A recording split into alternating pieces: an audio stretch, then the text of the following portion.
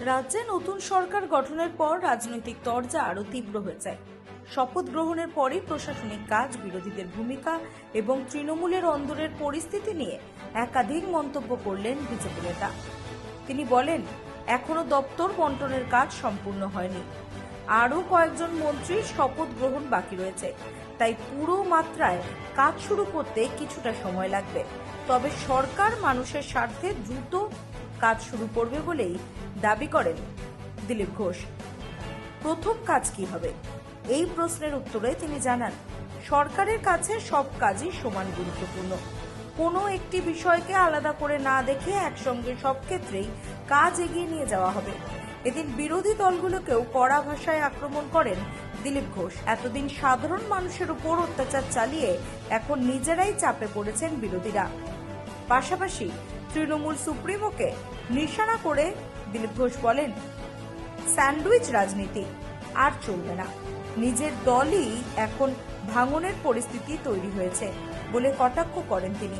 বিরোধী দলনেতা হিসাবে শোভন দেবের নাম ঘোষণার প্রসঙ্গে মন্তব্য করে দিলীপ বলেন, তার দাবি, পরিস্থিতির চাপে মমতা বন্দ্যোপাধ্যায়কে অনেক কিছুই ছাড়তে হচ্ছে এবং তিনি এখন শুধুমাত্র রাজনৈতিকভাবে প্রাসঙ্গিক থাকার চেষ্টা করছেন।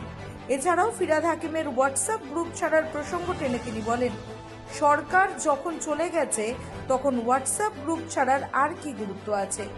রাজ্যের রাজনৈতিক মহলে এই মন্তব্য ঘিরেই ইতিমধ্যে চর্চা শুরু হয়েছে।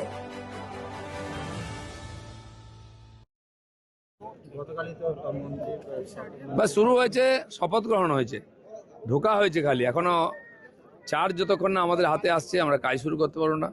দপ্তর ভাগ হবে, সব মন্ত্রীদের, আরও অনেক মন্ত্রীরা শপথ নেবেন, 2-4 দিন লাগবে সময়, তারপর কাজ শুরু হয়ে যাবে। প্রথম কাজ কি হবে? প্রথম দ্বিতীয় বলে কিছু নেই, সব কাজই করতে হবে একসঙ্গে।